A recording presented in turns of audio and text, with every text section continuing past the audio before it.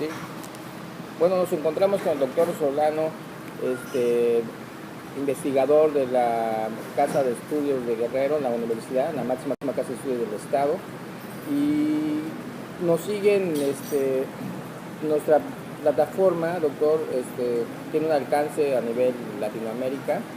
Sí. Y quisiéramos preguntarle, usted mismo nos diga quién es Gabino Solano, qué ha Sí. hecho, dónde está Gabino Solano. Buenas tardes, Alfonso. En primer lugar, agradecerte la oportunidad de charlar.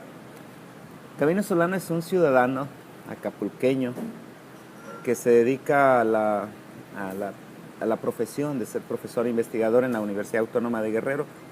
Soy doctor en ciencia política también por la universidad y con una trayectoria académica corta pero muy productiva. Tengo el reconocimiento del Sistema Nacional de Investigadores en el nivel 2. Eso, desde 2006 tengo la acreditación por parte de la SEP como profesor investigador. Y he publicado en diversos medios nacionales e internacionales mis avances de investigación o resultados de investigación. Soy coordinador de la maestría en ciencia política actualmente, también con registro en CONACYT. Estamos desarrollando un proyecto de investigación muy interesante para Acapulco, para Guerrero, financiado por el CONACYT, titulado Ciudadanía y Violencia Urbana en Guerrero. Empezamos en estos 2 primeros años en Acapulco. Es un equipo de trabajo de 5 profesores que están en el IEPAIMA, el Instituto Internacional de Estudios Políticos Avanzados de la UAGRO. Este proyecto nació como una propuesta para poder explicar las causas profundas de la violencia en Acapulco. Todo el mundo se pregunta por qué la violencia, por qué estos niveles de impacto que tienen los delitos, sobre todo más fuertes. Acapulco ha ocupado los primeros lugares en los últimos años en México y una de las 3 principales ciudades en el mundo, después de Caracas, de San Pedro Sula, en Honduras. Esta dimensión del problema nos obligó a buscar las causas. Y en este sentido, habría que delimitamos primero qué tipo de violencias vamos a buscar. Nos enfocamos en esta dimensión de la violencia urbana, la violencia asociada a la delincuencia, que es perpetrada por organizaciones delictivas organizadas. Las herramientas que hemos construido para estudiar las violencias, hemos logrado construir un observatorio de violencias que vamos a echar a andar en noviembre. Lo estamos trabajando, también financiado por el CONACYT en el IEPAIMA. Y eso nos da una dimensión bastante clara del fenómeno. Por supuesto, hemos tenido avances ya, a pesar de que estamos en proceso, ya tenemos estudios previos en varias dimensiones de este fenómeno. Una dimensión social, en la juvenil, en la de los grupos vulnerables, en la propia estructura de seguridad que tiene el municipio. Lo hemos estado monitoreando para ver cómo funciona. ¿Qué encontramos? Creo que es la parte interesante. ¿Cuáles son las causas? Algunos dicen las causas, otros dicen factores de riesgos, otros dicen condiciones estructurales. En academia siempre se busca desde la perspectiva antropológica, sociológica, incluso institucional. La parte institucional, los organismos internacionales han ubicado como factores de riesgos. ¿Cuáles son esos factores de riesgos? Bueno, la literatura ofrece un panorama de 7, 8. La parte personal, es decir, el sujeto que sufre o que perpetra la violencia, ¿qué características tiene? Esas son las condiciones que pueden derivar en que tú seas víctima o victimario de violencia. La parte familiar, es decir, la protección de la familia para poder integrarla en el núcleo familiar o ser cooptado por grupos delictivos. La parte educativa, la parte productiva, la parte educativa, y la parte institucional y la parte cultural. Esta dimensión de la cultura no todos los analistas la consideran, la juntan con la parte educativa y no la asocian.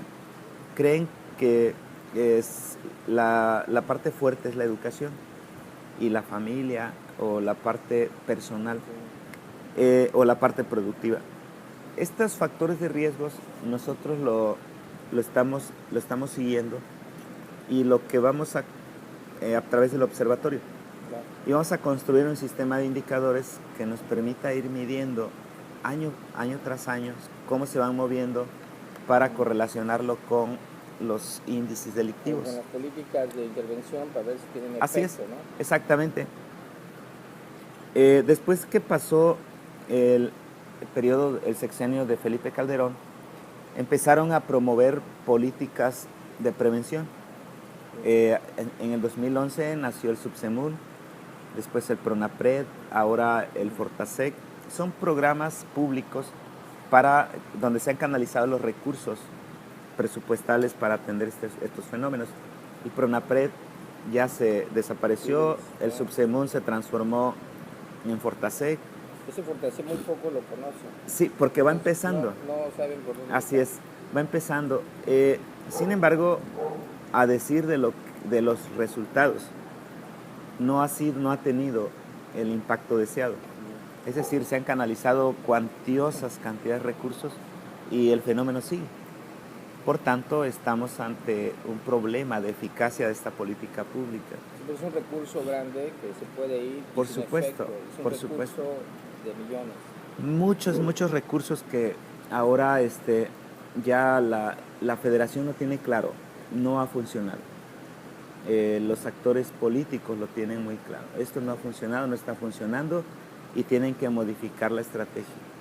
Esto en cuanto a los factores de riesgo, solo por poner indicadores de cada uno de estos factores, el personal. ¿Qué pasa si un joven estudia o no estudia? Es decir, está en una condición de que no trabaje o no estudie. Si ese joven tiene una escolaridad alta o baja, si ese joven tiene trabajo o no, si vive en una condición de marginalidad o no, son elementos que vamos siguiendo. Por ahí algunos estudios en América Latina señalaban que entre mayor escolaridad, menor propensión a participar en algún delito. Para nadie es un secreto, Guerrero ocupa los últimos lugares en el índice de educación, en calidad educativa. Y eso es un problema que debe enfrentarse de manera también estructural. Tenemos una baja calidad educativa, por tanto, quienes estamos formando personal poco calificado. Eso va a generar que en el ámbito productivo la mano de obra tenga poco que aportar como valor agregado. Luego, en el mundo productivo o económico, que es uno de los factores de riesgo, tenemos realmente empleos mal pagados. Y desempleo. Y fíjate que hay poco, según INEGI, hay poco desempleo en Guerrero, pero el 80% del empleo no rebasa los 2 salarios mínimos. Es decir, el empleo mal pagado, subempleo o empleo informal. Ese tipo de empleo no te da estabilidad, no te abre una perspectiva de desarrollo, que digas, oye, pues yo voy a vivir de esto, voy a progresar en esto, voy a tener una movilidad en este empleo. ¿No? Los jóvenes o la población económicamente activa, pues está buscando espacios y moviéndose, no comprometiéndose con el negocio, con la empresa, porque está buscando cómo transitar. Ponte a pensar en cualquier empleado del hotel más importante de la ciudad, gana 80 pesos diarios. En transporte, en alimentación, se le va la vida. Y entra por una necesidad buscando el seguro social. Así es. Y la comida que le da el otro. Exacto. Es como Pero ese trabajador está pensando a dónde irse. O sea, está buscando dónde ascender y buscar otro empleo que le permita mejorar sus condiciones de vida. Pero ese es el tipo de empleo que tenemos y del cual es bueno, pero no tenemos por qué sentirnos satisfechos. O sea, es un mal empleo. Y ahora son movimientos emergentes que están reivindicando los postulados que en su momento la izquierda en general y en su momento también el comunismo recuperaron. ¿Qué pensaba la izquierda? Los vinculados a los partidos laboristas en el mundo, en primer lugar, la protección social, la seguridad social para el trabajador, las condiciones laborales, la posibilidad de que el trabajador pudiera tener mejores condiciones de empleo. Incluso por eso Lula prosperó en esa ola del Partido del Trabajo.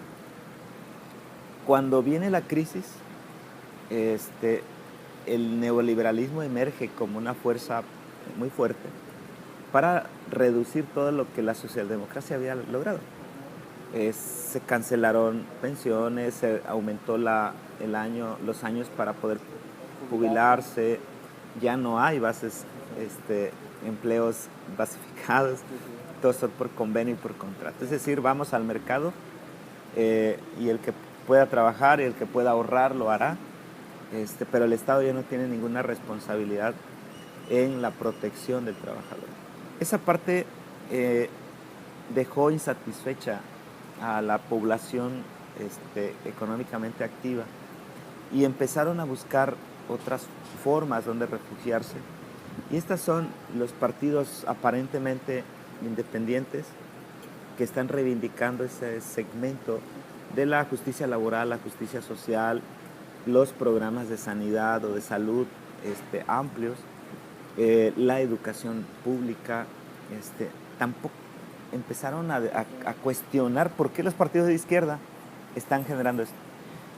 Y esto lo comento porque en México pasa lo mismo. El Pacto por México fue en los hechos un corrimiento del PRD hacia posiciones del PRI y del PAN, los partidos tradicionalmente de centro derecha en el país. No debieron de aprobar la reforma educativa, no en los términos que se hizo. Debieron de empujar por mantener cuestiones más humanas para los trabajadores. Evidentemente se necesita una reforma educativa, lo que tenemos no nos sirve, pero no en las condiciones. Fue más laboral que así es. De profundidad. Sí, así es. Esa es la parte que debieron de empezar. Esa es la parte que debieron de empezar. Por supuesto hubo excesos del sistema educativo, pero fomentados desde el mismo gobierno. Esa parte es por eso que ahora los movimientos emergentes reivindicativos serán el extremo que contenga o haga frente a las políticas globalizadoras como esta del cancelar la seguridad social. ¿Dónde están estos movimientos? La defensa del medio ambiente, la defensa que incluye la contención de la voracidad de las empresas mineras en el mundo, en el país y en Guerrero en particular. La defensa de la educación laica, gratuita, obligatoria hasta el nivel de bachillerato. La defensa de un sistema de salud universal, que proteja de alguna manera o de mejor manera la salud de la ciudadanía. Esparcimiento. Exacto, la cultura, por supuesto, lo artístico, la cultura, la educación. Ahora se ha promovido con descubriendo o quitando la protección o el empuje de las universidades. Lo que tenemos son la explosión de universidades privadas. Quien pueda tener posibilidades de pagar, pues va a estar ahí, ¿no? Muy pesimista. El fenómeno de la inseguridad tiene primero efectos directos sobre una población desplazada, una población que está sujeta al impuesto de facto, de los grupos que han colonizado el comercio, sobre todo el comercio en la ciudad, en los mercados, en los centros, en los comercios locales. De alguna manera las empresas grandes, las nacionales o internacionales, tienen mecanismos de protección propios, pero el comercio local está siendo profundamente afectado por este fenómeno. Esa es una primera consecuencia. Segunda, sistema de inseguridad, la percepción de inseguridad ha modificado las pautas de comportamiento de la ciudadanía. Ya no sales de noche con mucha confianza, ya no te exhibes con cualquier cosa, cambias rutinas para tu familia, tienes que estar cuidándote de ciertas relaciones sociales que antes lo podíamos hacer sin problemas.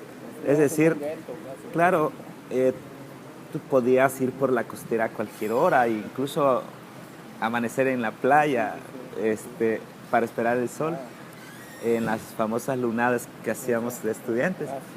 Ahora es imposible eso. Es imposible. Tercero, todos los sectores sociales viven una especie de zozobra, ¿no? de inseguridad, con daños psicológicos y emocionales muy fuertes, que todavía no medimos su impacto real. Simplemente el hecho de que alguien tenga que desplazarse de manera interna, es decir, de una colonia a otra porque no tienes otras opciones, o salir de la ciudad, o tener que desprenderte de tus hijos. Sí, manda a tus hijos fuera. Aquí no hay condiciones para que vivan y tú tienes que quedarte a trabajar. Y eso implica un rompimiento, al menos temporal, del tejido social. Y digamos, esas consecuencias directas, inmediatas. Otra consecuencia, el elemento institucional.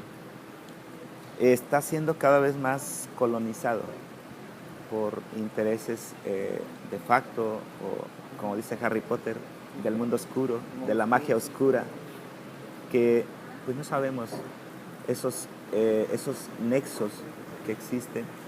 Inicialmente era muy visible la colonización de la policía. Hoy hay más cosas que están emergiendo ahí, y eso va a hacer que la vida institucional normal ya no se pueda realizar. O sea, ya es imposible esto. O sea, que es como un cáncer que está invadiendo el tejido social, la estructura social, productiva, económica e institucional. ¿Ves? Las consecuencias, por tanto, son incuantificables. Por ahí hay varios estudios. ¿Qué tenemos que hacer para estar a salvo de este fenómeno? Esa es la parte que queda por plantearnos, porque las consecuencias las vivimos de manera cotidiana. Ya enumeré algunos temas. ¿Qué tenemos que hacer? La parte institucional es el primer punto, la transparencia, la rendición de cuentas y un alto sentido de compromiso por la honestidad.